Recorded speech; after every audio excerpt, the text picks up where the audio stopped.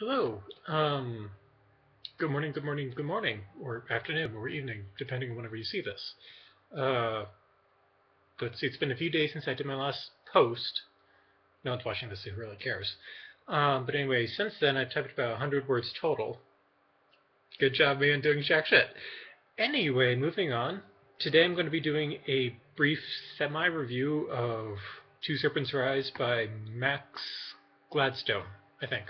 Yeah, Max Gladstone. Part two of the Craft Sequence group of novels. So far, there are 3 books out in the series. I've read the first 2. So, my review. Let's see. Above all, I definitely liked it. I'd say 9 out of 10 stars. Well, 8.5 to 9.5. It really depends on the section of the book. Net total, I did like it. There are a few reservations which I didn't like as much. What the fuck is my dog doing? Anyway, so above average, definitely. The plot I definitely liked. It was weird. It was a really weird plot. Basically, what we had was, or what the book was about, was a guy named Caleb, who is basically a lawyer type thing. It's really hard to put in like real world terms what exactly he is, but what ends up happening is it's a noir story, a detective story, where what happens is the main character has to go solve the problem, which in this case is demons in the city's water supply, which is a little bit gross. I mean, if you like drinking water, and who doesn't? So the guy has to solve demons in drinking water, and to do so, he has to track down a girl. That's like all within the first like 20 or 30 pages, I'm guessing, of the book.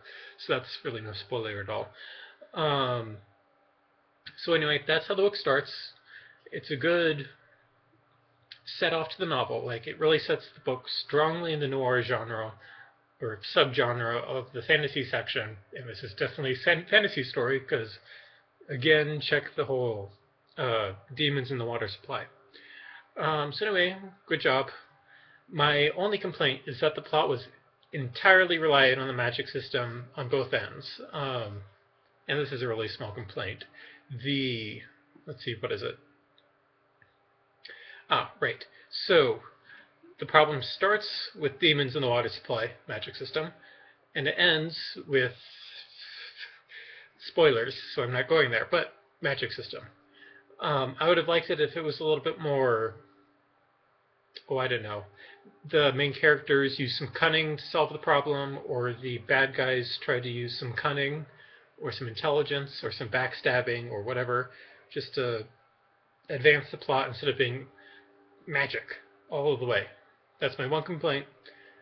That said, awesome magic system, so I'm not going to complain too much because it was still great. But too much magic. The tone of the book is a combo of noir, cyberpunk, arcane punk, and sort of action, with very little action. And a lot of really gross descriptions, like towards the end, wow, that girl can sure fight. But anyway, yeah, it was a really dark tone, as you can imagine by the fact that I just said cyberpunk a minute ago, and noir, which is French for black. But anyway, great tone, really got a feeling of the place. Um, Also, kind of Aztec-y thing, Aztec-y, Mayan, South American, that sort of thing. Great job, felt great to read. Was easy to get into the setting because it was so good. Um, there were gods and liches and demons in the water supply and that sort of thing. All good fun. Characterization. I like pretty much all the characters. Like, the person who I disliked the most, I like them all. I mean, some of them I disliked in that, I hate that type of person when I meet them in real life. But I liked them all because the author did a good job of making them actual people instead of just, I'm the trope of the whatever, the mentor who teaches the hero how to do whatever. Um, there was none of that. All the characters were actual characters, so that's good. Now, I thought the author did a good job of making the main character feel like he has his own motivations. He has his past, his present, his future. The the trajectory he's running on at the beginning of the book is different from the trajectory he's running on towards the end. He did a good job of displaying that change. He did a good job of doing the same thing for virtually all the characters. Let's see. My biggest complaint, though, is that I didn't quite get where Caleb was coming from when he was so anti-human sacrifice. I mean, like, it's obvious for me, who comes from modern-day America, that using human sacrifice to placate the gods is a little bit... Ooh, what's a good word for it? Well past due. Not quite of the vogue anymore. Basically old-fashioned.